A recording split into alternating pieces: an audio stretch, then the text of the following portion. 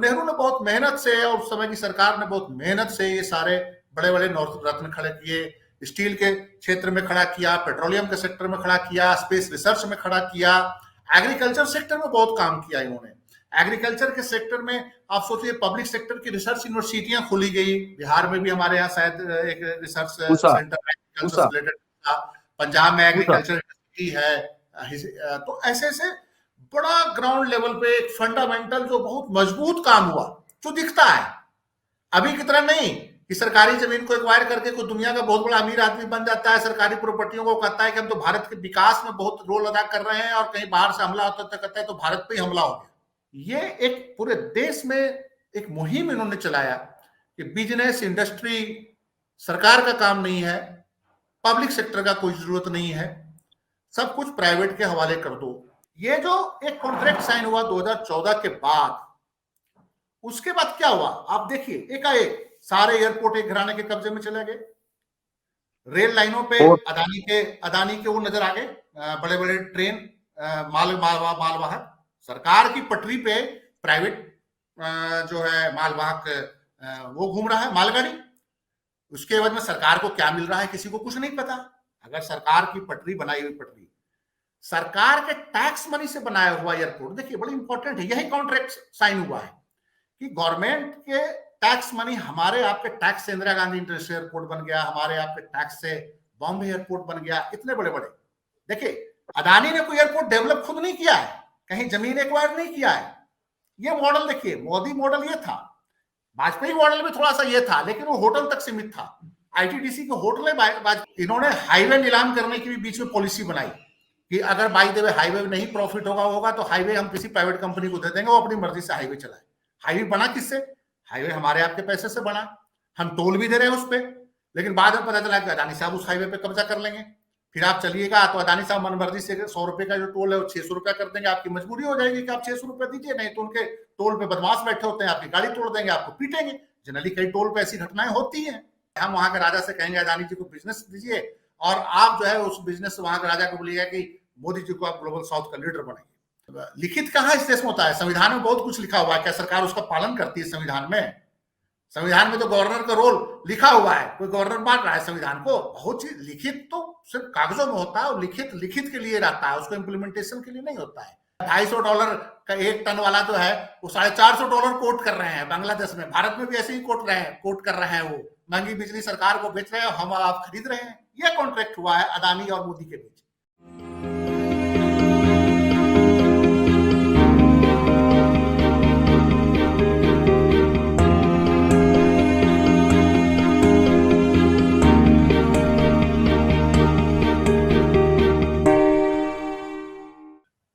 Share बाजार और अडानी समूह अभी चर्चा में है।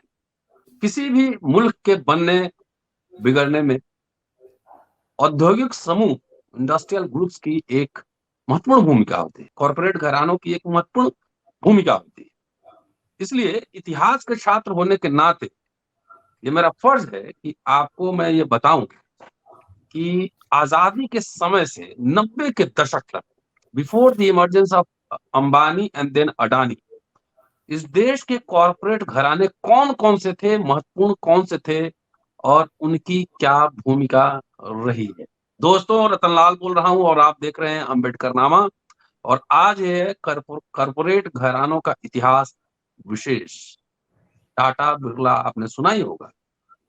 उन लोग कैसे बिजनेस करते थे, कैसे किया उन लोगों ने बिजनेस, कैसे नेशनल मूवमेंट में पार्टिसिपेशन भी रही। और जहां तक मुझे याद है कि टाटा ने पटना जो कुम्हरार एक्सकवेशन है, पटना में मोरे के रिमेन्स जहां मिले हैं, उसको भी फंडिंग की थी एक्सकवेशन के लिए, आर्कियोलॉजिकल एक्सकवेशन के लिए एक आंशिक फंडिंग उन्होंने भी किया था। तो आज इसी विषय पर यह एपिसोड है, और हमारे साथ वरिष्ठ पत्रकार संजीव पांडे साहब हैं, और पूरा रिसर्च करके आए हैं कि भाई कॉर्पोरेट के इतिहास को कैसे देखा जाए, अडानी अंबानी के उदय से पूर्व इन लोगों ने क्या किया है और क्या भूमिका रही है राष्ट्र के निर्माण में, राष्ट्रीय आंदोलन में। स्वागत है संजीव जी। नमस्कार सर। नमस्ते सर, कैसे हैं? बढ़िया सर, बढ़िया। तैयारी है पूरी? हाँ हाँ हाँ, पूछिए।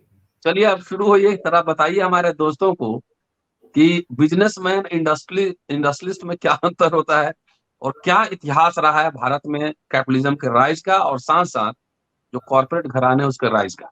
जी देखिए, आफ्टर इंडस्ट्रियल रेवोल्यूशन और औद्योगिक क्रांति के बाद अगर दुनिया में इंडस्ट्री कॉरपोरेशंस के जो कंसेप्ट आया, आफ्टर फ्यूडलिज्म यूरोप से कंसेप्ट आया इंडस्ट्रियल रेवोल्यूशन के, अगर देखा जाए तो। जी और भारत में अगर मॉडर्न इंडस्ट्री और कॉरपोरेट की बात करेंगे तो 20वीं शताब्दी जो है कि इम्पोर्टेंट शताब्दी है। और अब ये 21वीं शताब्दी में हम लोग चल रहे हैं, जो 20-22 साल बीत गए हैं।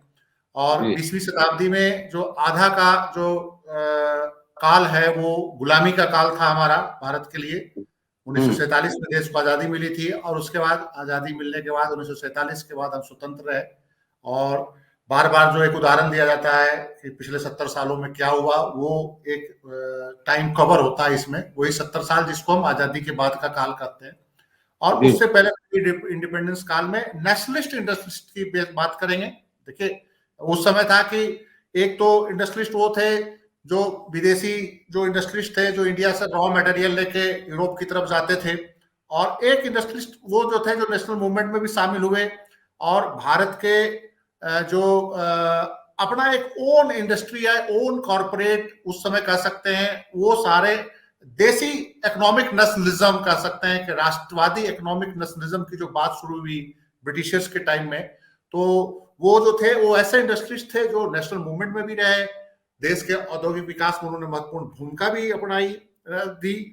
और साथ में प्रो डेमोक्रेसी मूवमेंट को उन्होंने स्ट्रॉन्ग किया। डेमोक्रेटिक इंस्टीट्यूशंस को स्ट्रॉन्ग करने के लिए उनका एक माइंडसेट क्लियर था। जैसे अभी वर्तमान जो कॉर्पोरेट है, फैमिली ओन्ड जो कॉर्पोरेट जो अभी इंडिया में देख रहे हैं, वो डेमोक्रेसी जी को ध्वस्त कर रहे हैं, डेमोक्रेसी को डिमोलिश कर रहे हैं। लेकिन उस जमाने में जो कॉर्पोरेट थे वो इंडियन नेशनल मूवमेंट के साथ, कांग्रेस के साथ जो जुड़े हुए थे, जैसे टाटा थे, बिरला थे, रुइया थे, खेतान थे, ये बड़े मतलब कि जो नाम आते थे, जो महात्मा गांधी के इर्द गिर्द घूमते भी थे और उनके साथ रहते थे, कांग्रेस के एक्टिविटी में भी भाग लेते थे। और बहुत सारे जो सबाल्टर्न्स थे और जो कॉमरेड्स थे, जो कम्युनिस्ट पार्टी के जो लोग थे, उनको एक आपत्ति भी थी कि ये जो बुर्जुआवादी मूवमेंट है, जो सुमित सरकार ने पूरा का पूरा उस पर किताब ही लिख दिया है। तो जी देखिए, उस समय जो कॉर्पोरेट था, देखिए निश्चित रूप से वो व्यापारी घराने थे, मुनाफा जी उनका भी एक एजेंडा था। हम्म लेकिन वो मुनाफा का एजेंडा जो था वो उसके एक लिमिट्स थे, उसकी एक सीमा थी। हम्म साथ में पब्लिक वेलफेयर, भारत के स्वतंत्रता आंदोलन में कैसे योगदान ज्यादा से ज्यादा दिया जाए, ये सारा उनकी उनकी प्राथमिकता में शामिल था, अगर 1947 तक के पूरे मूवमेंट को देखें तो। और जी हर जगह फ्रीडम मूवमेंट को उन्होंने फंड भी किया। और कांग्रेस की नीतियों को बनाने में, कांग्रेस की जो आर्थिक नीतियां बिफोर इंडिपेंडेंस रही, उसको बनाने में उनकी इंपॉर्टेंट भूमिका थी। और हम उनकी अगर आर्थिक नीतियों को अगर हम देखें और जो उन्होंने कांग्रेस में बनवाने में भूमिका नहीं थी, तो ऐसा नहीं था कि अगर हम कहें कि ये पूरे प्रो कैपिटलिस्ट नीतियां थी कांग्रेस की, जो उनके प्रभाव में अगर कुछ बनाई गई तो। और कहीं ना कहीं अगर उन्होंने बनवाने की कोशिश भी करी, जो कैपिटलिस्ट थे, टाटा थे, बिरला थे, जो प्रभाव रखते थे कांग्रेस के लीडरों पे, कांग्रेस के दक्षिणपंथी नेताओं के नजदीक थे, तो उनके ऊपर कांग्रेस के अंदर एक चेक एंड बैलेंस था। जो कांग्रेस के जो लेफ्ट ग्रुप थे कांग्रेस के अंदर, वो उन पर चेक एंड बैलेंस रखता था। तो ये एक 1947 से पहले जो जो इकोनॉमिक नेशनलिज्म आया, और उसमें जो भारतीय जो औद्योगिक घराने थे, चाहे वो जूट के कारोबार में थे, कपड़े के कारोबार में थे, अलग अलग कारोबार में थे सारे, उन्होंने भारत की जनता उनकी प्राथमिकता में थी, वो उनके वेलफेयर के लिए सोचते थे। इवन की आजादी की लड़ाई लड़ रहे थे तो इसलिए नहीं लड़ रहे थे, वो सारा का सारा सिर्फ इस देश के व्यापार पे ही कब्जा करना चाहते थे। उनका ये एक एजेंडा था कि देश आजाद हो, हमारे लोग इस देश पे शासन करें, हमें स्वतंत्रता मिले। और आजादी के बाद भी अगर इनकी भूमिका देखिए, अगर 1947 के बाद का काल देखिए, नेहरू भारत के प्रधानमंत्री बने, सोशलिस्ट थे। नेहरू के बाद भी कांग्रेस के जो लीडर हुई, इंदिरा गांधी हुई, मतलब सोशलिस्ट विचारों की मानी जाएंगी। और बड़ा एक हेल्दी कंपटीशन हुआ पब्लिक सेक्टर और प्राइवेट सेक्टर के बीच। मतलब कि नेहरू ने पब्लिक सेक्टर को डेवलप किया। देखिए, देश के जो नवरत्न हैं वो जो डेवलप हुए हैं, जिसको वर्तमान सरकार बेच रही है। और जैसे बाप दादा का बनाया हुए बहुत अच्छी संपत्तियों को कोई बेच रहा हो और उसको उड़ा रहा हो, खा रहा हो, मैं तो यही बोलूंगा कि वर्तमान सरकार यही कर रही है। तो नेहरू ने बहुत मेहनत से और उस समय की सरकार ने बहुत मेहनत से ये सारे बड़े बड़े नॉर्थ रत्न खड़े किए, स्टील के क्षेत्र में खड़ा किया, पेट्रोलियम के सेक्टर में खड़ा किया, स्पेस रिसर्च में खड़ा किया, एग्रीकल्चर सेक्टर में बहुत काम किया इन्होंने। एग्रीकल्चर के सेक्टर में आप सोचिए पब्लिक सेक्टर की रिसर्च यूनिवर्सिटियां खोली गई, बिहार में भी हमारे यहाँ शायद एक रिसर्च सेंटर एग्रीकल्चर से रिलेटेड था, पंजाब में एग्रीकल्चर यूनिवर्सिटी है। तो ऐसे ऐसे बड़ा ग्राउंड लेवल पे एक फंडामेंटल जो बहुत मजबूत काम हुआ जो दिखता है, अभी की तरह नहीं कि सरकारी जमीन को एक्वायर करके कोई दुनिया का बहुत बड़ा अमीर आदमी बन जाता है, सरकारी प्रॉपर्टियों को कहता है कि हम तो भारत के विकास में बहुत रोल अदा कर रहे हैं, और कहीं बाहर से हमला होता कहता है तो भारत पे ही हमला हो गया। तो ये जो है उस समय दिखा। और उस समय आप प्राइवेट सेक्टर देखिए, प्राइवेट सेक्टर में कहीं भी मतलब कि उनको कहा गया कि आप हेल्दी कंपटीशन कीजिए, हम खड़ा कर रहे हैं, आप भी अपने राष्ट्र के विकास में जो अपनी भूमिका है अदा कीजिए। मैं समझता हूं कि 1980 के दशक तक ये चलता रहा। काफी कुछ बैंकों का नेशनलाइजेशन भी किया गया, बैंकिंग सेक्टर नेशनलाइज हुआ और पूरा का पूरा। और उसके बाद देखिए कि देश में स्टील के क्षेत्र में बहुत बड़ा सार्वजनिक क्षेत्र की एक company steel authority of India आपके सामने है।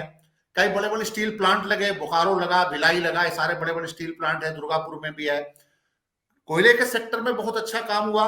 फिर आपने कोयले, उसी सरकारी कोयला एनटीपीसी ने फिर बिजली के उत्पादन में बहुत बड़े बड़े काम किए। आप आज की डेट में मान के चलिए कि जो भारत के जो कोयला से बिजली उत्पादन में 50 से 60% तो इन्हीं का योगदान है, पब्लिक सेक्टर कंपनियों का योगदान है।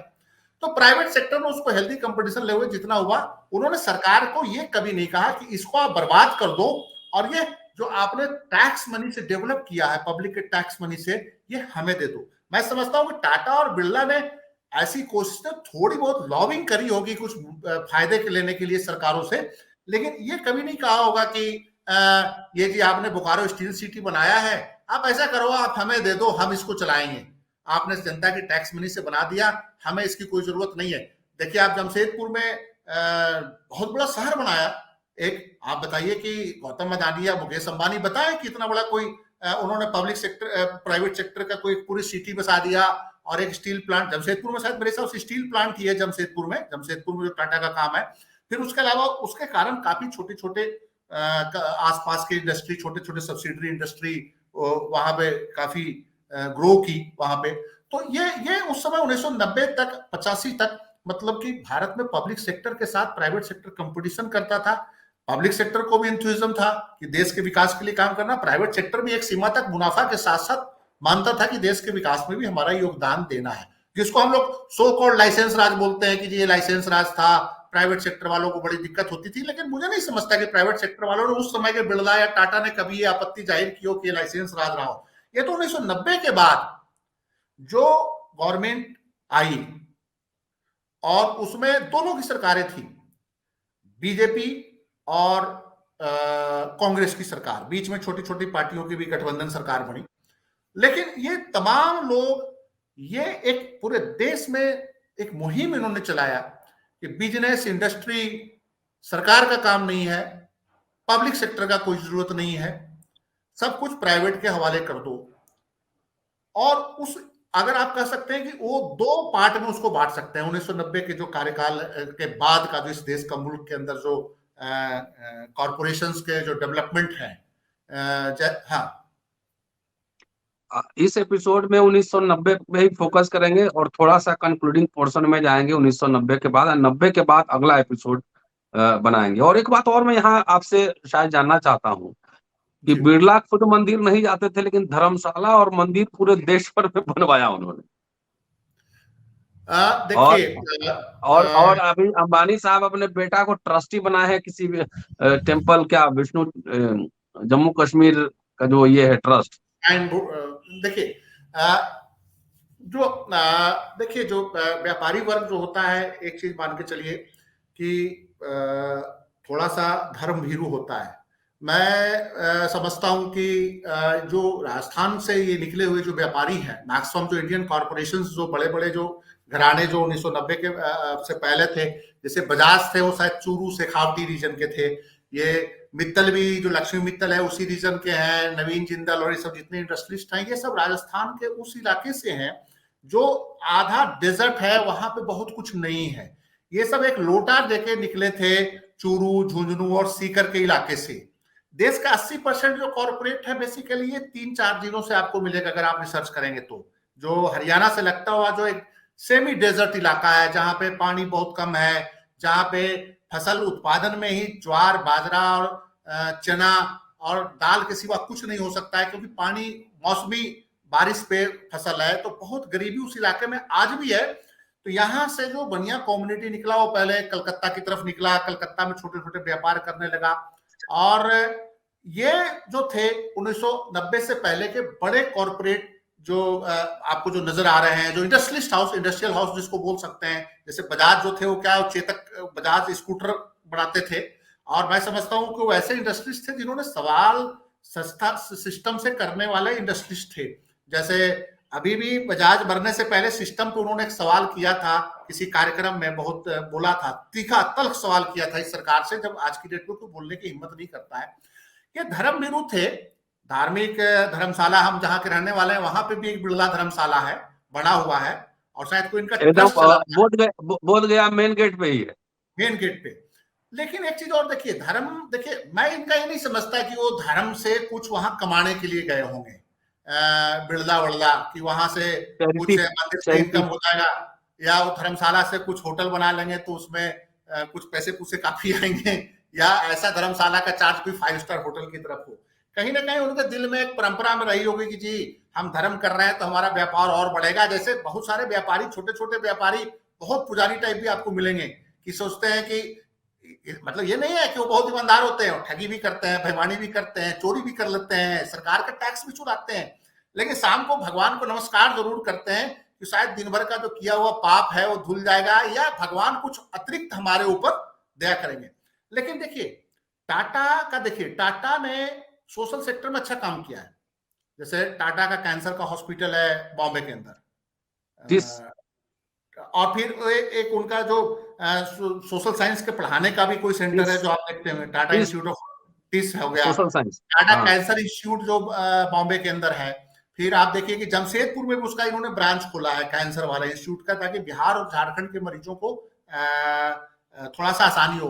पंजाब में उन्होंने गवर्नमेंट हॉस्पिटल के अंदर ही एक एरिया लिया है, और वहां पे भी वो कैंसर के इलाज के लिए सेंटर, टाटा का कैंसर का इलाज का उन्होंने सेंटर खोला है। अच्छा, ये नहीं है कि वो बहुत महंगा इलाज करते हैं जितना प्राइवेट सेक्टर में बाकी जगह पे कैंसर का महंगा इलाज होता है। वो कुछ सोशल जो रिस्पॉन्सिबिलिटी को सरकारी अस्पताल की तरह बहुत सस्ता इलाज भी नहीं है, लेकिन सोशल रिस्पॉन्सिबिलिटी को देखते हुए अफोर्डेबल इलाज वो करते हैं टाटा वाले। तो मेरा ये मानना है कि ये तो 1990 से पहले वाले कॉर्पोरेट, चाहे धर्म के दबाव में भीरू हो, चाहे थोड़ा बहुत उनका डेमोक्रेटिक माइंडसेट था कि देखिए जनता के रिसोर्स से हम पैसा कमा रहे हैं तो जनता के प्रति हमारी कोई रिस्पॉन्सिबिलिटी बनती है, हम जनता को भी अपने मुनाफा का कुछ शेयर दें। तो इस तरह का धर्मशाला या मंदिरों को दान देना या चैरिटेबल हॉस्पिटल खोल देना, इस तरह के काम में उनका विश्वास था। मेरा ये मानना है बेसिकली। थोड़ा सा इतिहास बताइए ना टाटा बिरला का, थोड़ा सा, आप तो हिस्ट्री के स्टूडेंट भी रहे हैं, कैसे एस्टैब्लिश हुआ? देखिए ये जो सारे हैं, ये जितने भी हैं, टाटा तो चलिए वो तो पारसी थे, वो तो बॉम्बे से रिलेटेड थे, लेकिन ये जो आपको जो बिरला हैं और ये जो जितने शेखावटी रीजन के हैं, ये बहुत ही 19वीं शताब्दी में इनके परिवार जो है वहां से निकला, क्या कहा जाता है, शेखावटी रीजन से। और कहा जाता है कि एक लोटा लेके निकलते थे, और लोटा लेके निकलते थे। कलकत्ता में सबसे पहले इन्होंने जो है छोटे छोटे कारोबार शुरू किए, फिर जूट इंडस्ट्री में आया। उस समय ब्रिटिश काल में जो है जूट का कारोबार बहुत इंपॉर्टेंट कारोबार था। फिर जूट इंडस्ट्री से पैसा कमा के दूसरे औद्योगिक क्षेत्र में आते गए। उसके बाद आजादी, चूंकि ब्रिटिश राज और ब्रिटिश स्वतंत्रता आंदोलन में इनका इंपॉर्टेंट योगदान था, तो स्वतंत्र भारत में भी सरकार इनकी जो उपयोगिता थी समझ रही थी। तो इनको जो है इंडस्ट्री, जो इनका जो इंडस्ट्रियल जो एक मतलब की जो डेवलपमेंट में जो इनकी भूमिका थी, उसको सरकार ने भी प्रोत्साहित किया। लेकिन ये नहीं पब्लिक सेक्टर के कॉस्ट पे सरकार पैरेलल अपना पब्लिक सेक्टर को डेवलप करती रही। जैसे आज की डेट में जैसे चाइना मॉडल है, चाइना ने 1990 में इकोनॉमी खोल दिया, लेकिन उसने जो पब्लिक सेक्टर जो था जो चाइना का, वो उसको जिंदा रखा और प्राइवेट सेक्टर को बोला कि आप कंपटीशन कीजिए। 1990 में ही चाइना ने भी अपनी इकोनॉमी खोली है, लेकिन उसने पब्लिक सेक्टर को और मजबूत किया इकोनॉमी खोलते हुए, और प्राइवेट सेक्टर को बोला कि आपके लिए हम मार्केट खोल रहे हैं, लेकिन आप जो है इनके साथ कंपटीशन करेंगे, आप इनको खत्म नहीं करेंगे। और चाइनीज पब्लिक सेक्टर आज की डेट में आप देखिए बहुत स्ट्रॉन्ग पब्लिक सेक्टर है, लेकिन भारत में जस्ट इसका उल्टा हुआ 1990 के बाद। 1990 से पहले दोनों तरफ हेल्दी कंपटीशन था। बेशक हम लोग कह रहे हैं कि जी पब्लिक सेक्टर ने कुछ नहीं किया, कोई कंपटीशन नहीं था, लाइसेंस राज नहीं था। अरे भाई लाइसेंस राज नहीं था। आज जब आप आज जो है उस समय के हेल्थ सिस्टम को अगर आप आज के हेल्थ सिस्टम से कंपेयर कीजिए, तो उस समय तो गरीब आदमी जाके इलाज करा सकता था, उसको सरकारी अस्पतालों में बहुत अच्छी सुविधा थी। अब तो सरकारी अस्पताल न्यू मॉडल में खत्म हो चुका है, गरीब आदमी को इलाज ही नहीं कर सकता। तो वो जो 1990 पहला जो मॉडल था जिसमें पब्लिक प्राइवेट दोनों एक हेल्दी कंपटीशन कर रहे हैं, तो वो ज्यादा अच्छा था कि वर्तमान मॉडल ज्यादा अच्छा है। चलिए एक सवाल और बनता है इस एपिसोड में कि 90 से पहले के जो इंडस्ट्रियलिस्ट, बिजनेसमैन, कॉर्पोरेट घराने हैं उनमें और 90 के बाद जो हुए उसमें क्या अंतर है? हाँ, ये इंपॉर्टेंट सवाल है। देखिए मैंने पहले भी कहा कि पूंजीपति जो होता है वो मुनाफा कमाता है, बस वो ये डिसाइड करे कि उसकी मुनाफा की सीमा क्या होगी और उनके साथ में उसकी सोशल रिस्पॉन्सिबिलिटी क्या होगी। 1990 के पहले जो पूंजीपति थे उन्होंने अपने मुनाफे की सीमा को निर्धारित किया था। इससे ज्यादा हम मुनाफा नहीं कमाएंगे, इससे ज्यादा कमाएंगे तो देश का नुकसान होगा। और आप देखिए कि जो उस समय के जो इंडस्ट्रिस्ट अभी भी हैं वो जिंदा है, उनकी कंपनियां बिरला है, टाटा है, इनका कारोबार बढ़े हैं, लेकिन उस तरह से नहीं बढ़े जिस तरह से अंबानी और अदानी का कारोबार बढ़ा। दूसरा, वो सेलेक्टेड क्षेत्र में काम किए हैं। सेलेक्टेड मतलब कि जैसे एक फील्ड में उनका मतलब कि एक्सपर्टाइज रहा है, जैसे टाटा स्टील में आया एक्सपर्टाइज था। जो वर्तमान जो इंडस्ट्रियलिस्ट हैं वो हर फील्ड में अपना मोनोपोली चाहते हैं। जो फैमिली ओन्ड जो कॉर्पोरेशंस हैं, अंबानी है, अदानी है, ये कहते हैं कि तेल का धंधा भी हम करेंगे, एयरपोर्ट भी मेरे कब्जे में होगा, हाईवे भी मेरे कब्जे में होगा, इनलैंड वाटर्स भी मेरे कब्जे में होगा। और फिर उसके बाद क्या कहा जाता है, हम सरसों का तेल भी बाजार में हम ही बेचेंगे और नारियल का तेल भी हम ही बेचेंगे। फिर उसके बाद कहेगा कि क्या कहा जाता है, सब्जी तेल भी बेचेंगे, सब्जी तेल भी हम बेचेंगे, रिटेल स्टोर भी हम ही खोलेंगे। दुकानदार खत्म हो, आउट हो, जो करोड़ों दुकानदार इस मुल्क के जो किराना दुकानदार है आउट हो जाए। तो ये जो है ना, और ये तब हो सकता है जब सरकार जो है आपके साथ खड़ी होके पूरी तरह से सारे संसाधनों को एन केन प्रकारेण आपको जबरदस्ती आपके हवाले कर दे। देखिए आप ये देखिए कि जो 1990 से पहले के जो कॉर्पोरेट थे उनकी एक सीमा थी इंडियन डेमोक्रेसी और पॉलिटिक्स में।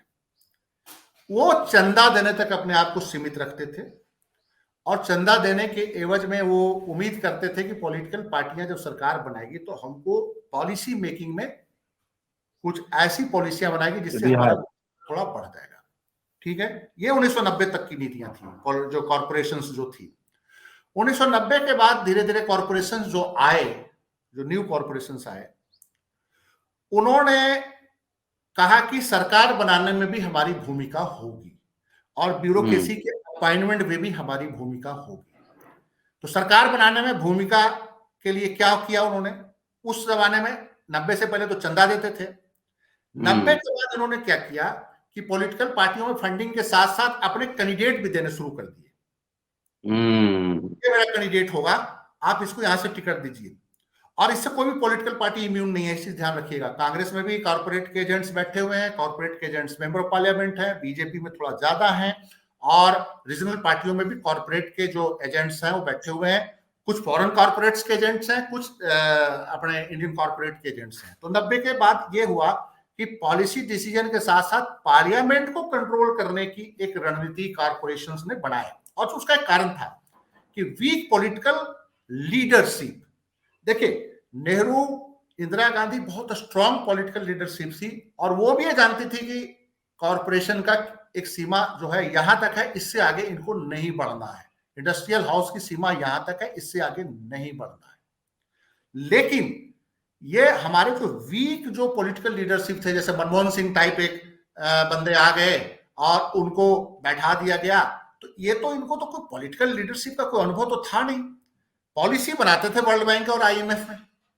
तो ये ऐसे लीडरशिप और हर पॉलिटिकल पार्टियों में जो बहुत तरीके से ऐसे लोगों को जब बैठाया गया, तो उनको उनकी कमजोरियों के कारण कॉर्पोरेट इंडियन पॉलिटिक्स पे हावी होता गया। जब पार्लियामेंट्रियन इन्होंने जिताना शुरू कर दिया अपना, तो ऑटोमेटिक है कि पॉलिसी मेकिंग भी उसी हिसाब से होने लगा। कॉर्पोरेट्स को पहले पता होता था कि सरकार का होने लगा कि सरकार क्या पॉलिसी बना रही है, और उनके पास वो उसी हिसाब से कहते थे कि इसमें ये अमेंड कीजिए, इसमें ये अमेंड कीजिए। और इनके जो बंदे अंदर बैठे होते हैं पॉलिटिकल ग्रुप्स में, संगठन में जो बंदे बैठे हुए हैं पॉलिटिकल ग्रुप्स में, और इवन की जो उसमें बैठे हुए हैं पार्लियामेंट के अंदर एमपी जीत के आए हैं, वो उसको अमेंड करा देते हैं, या फिर ब्यूरोक्रेसी जो में उनके कुछ बंदे वो करा देते हैं। ये था 2013 तक के काल, 13 तक का काल, जिसमें 1990 से ये बात था कि धीरे धीरे कॉर्पोरेट इन्फिल्ट्रेट करने लगा था। एक है पोस्ट 2013, जिसमें एक कॉन्ट्रैक्ट साइन हुआ इंडियन, वाजपेयी का काल नहीं, मोदी का काल। वाजपेयी के काल तक वो यही था कि कॉर्पोरेट अपने बंदे बिठा रहे थे, एमपी भी जीत रहे थे, कांग्रेस के अंदर भी उनके एमपी जीत रहे थे। नहीं, वाजपेयी सरकार ने तो पूरा डिसइन्वेस्टमेंट मिनिस्ट्री बनाई थी, बनाया, लेकिन उसने, वाजपेयी सरकार ने, वही मैं अंतर बताऊंगा, वाजपेयी सरकार ने किसी एक कॉर्पोरेट घराने से एग्रीमेंट नहीं किया था। प्राय वर्तमान सरकार ने एक कॉर्पोरेट घराने से एग्रीमेंट किया है कि हम आपको देश के सारे संसाधन पे कब्जा दिलवाएंगे, विदेशों में आपके लिए बकायदा लॉबिंग करेंगे, ये आपको बिजनेस मिलेगा, उसके एवज में हम सत्ता में कैसे बने रहें उसकी प्लानिंग आप करेंगे। ओ ठीक है, आप समझ रहे हैं मेरी बात को। उससे पहले था कि एमपी जीत के उनके आते थे, वो ये मल्टी कॉर्पोरेट थे, कई कॉर्पोरेशनों के एमपी आ जाते थे, 5, 7, 8 घरानों के, कुछ विदेशी कॉर्पोरेशनों के भी एमपी जीत के आए, अलग अलग फील्ड में काम करते रहे, और वो उसी हिसाब से पॉलिसी आई। ये जो एक कॉन्ट्रैक्ट साइन हुआ 2014 के बाद, उसके बाद क्या हुआ आप देखिए, एकाएक सारे एयरपोर्ट एक घराने के कब्जे में चले गए, रेल लाइनों पे अदानी के वो नजर आ गए, बड़े बड़े ट्रेन, मालवाहक, सरकार की पटरी पे प्राइवेट जो है मालवाहक वो घूम रहा है, मालगाड़ी। उसके एवज में सरकार को क्या मिल रहा है किसी को कुछ नहीं पता। अगर सरकार की पटरी, बनाई हुई पटरी, सरकार के टैक्स मनी से बनाया हुआ एयरपोर्ट, देखिए बड़ी इंपॉर्टेंट है, यही कॉन्ट्रैक्ट साइन हुआ है कि गवर्नमेंट के टैक्स मनी, हमारे आपके टैक्स से इंदिरा गांधी इंटरनेशनल एयरपोर्ट बन गया, हमारे आपके टैक्स से बॉम्बे एयरपोर्ट बन गया, इतने बड़े बड़े। देखिए अदानी ने कोई एयरपोर्ट डेवलप खुद नहीं किया है, कहीं जमीन एक्वायर नहीं किया है। ये मॉडल देखिए, मोदी मॉडल ये था, वाजपेयी मॉडल में थोड़ा सा ये था, लेकिन वो होटल तक सीमित था। आईटीडीसी के होटलें वाजपेयी ने बिचवा दी, आईटीडीसी के जितने अच्छे अच्छे होटल थे सारे बिक गए, कलकत्ता से लेके बोध गया, हमारे यहाँ बोध गया अशोक था, बड़ा इंपॉर्टेंट होटल था, वो मंदिर के साथ है, अरबों रुपए की तो उसकी जमीन है आज की डेट में, मात्र 14-15 करोड़ में कोई बंदा ले गया उसको। आज की डेट में वो कम से कम 5,000 करोड़ की प्रॉपर्टी होगी, 14-15 करोड़ में उसको डिसइन्वेस्ट किया गया था। मैं हैरान हूं, कलकत्ता होटल में दमदम अशोक था, ऐसे दिल्ली में भी कई होटल होंगे जो प्राइवेट वाले ले गए, आईटीडीसी के बड़े बड़े होटल होते थे। तो इस ढंग के जो हुआ कि आपको एयरपोर्ट दे देंगे, एयरपोर्ट सरकार ने बनाया था, पब्लिक के मनी से बनाया था, हम आपको दे देंगे, आपको मालिकाना हक मिलेगा, लीज पे दे देंगे 90 साल 95 साल, इस तरह की पॉलिसियां बननी शुरू हो गई। आपको क्या होगा, कल को इन्होंने हाईवे नीलाम करने की भी बीच में पॉलिसी बनाई कि अगर बाई द वे हाईवे में नहीं प्रॉफिट होगा तो हाईवे हम किसी प्राइवेट कंपनी को दे देंगे, वो अपनी मर्जी से हाईवे चलाए। हाईवे बना किससे, हाईवे हमारे आपके पैसे से बना, हम टोल भी दे रहे हैं उस पर, लेकिन बाद में पता चला कि अदानी साहब उस हाईवे पे कब्जा कर लेंगे, फिर आप चलिएगा तो अदानी साहब मनमर्जी से 100 रुपए का जो टोल है वो 600 रुपया कर देंगे, आपकी मजबूरी हो जाएगी कि आप 600 रुपया दीजिए, नहीं तो उनके टोल पे बदमाश बैठे होते हैं, आपकी गाड़ी तोड़ देंगे, आपको पीटेंगे। जनरली कई टोल पे ऐसी घटनाएं होती हैं। तो ये जो कॉन्ट्रैक्ट साइन हुआ ना, उसमें देखिए जैसे अदानी साहब ने क्या करना शुरू किया, अदानी साहब ने ममता बनर्जी को मैनेज किया। ये जो एक एग्रीमेंट हुआ कि आप हमारे लिए अलग अलग जगहों पे मैनेजमेंट करेंगे, आप हमको ग्लोबल साउथ का लीडर बनाएंगे, आप यूएई जाएंगे, वहां के जो बिजनेस इंटरेस्ट वाच करेंगे, फिर वहां के राजा के साथ हमारा वो करेंगे, तो हम आपसे, हम बड़ा हुआ कि हम वहां के राजा से कहेंगे अदानी जी को बिजनेस दीजिए, और आप जो है उस बिजनेस वहां के राजा को बोलिएगा कि मोदी जी को आप ग्लोबल साउथ का लीडर बनाएंगे। ये एक एग्रीमेंट हुआ। लेकिन देखिए ये जो एग्रीमेंट हुआ उसका रिजल्ट तो आप देख ही रहे हैं क्या हो रहा है। इसका क्या हुआ, इसका रिजल्ट ये हुआ कि ओवर वैल्यूएशन हुआ। कोई फंडामेंटल तो अदानी का स्ट्रॉन्ग है नहीं, जमशेदपुर की तरह कोई अदानी ने सिटी तो बनाया नहीं, सरकार की फ्री जमीन लेके वहां पोर्ट बना दिया, कोई शहर तो बसाया नहीं। अब 13 पोर्ट वो अदानी साहब इस पूरे देश में कोस्टल एरिया में ऑपरेट कर रहे हैं, उनके कंट्रोल में। तो ये जो कॉन्ट्रैक्ट साइन हुआ 2014 के बाद एक भारत नई युग में प्रवेश किया जिसमें देश के शासक और ये लिखित साइन नहीं हुआ, ये अंडरस्टैंडिंग पे चल रहा है।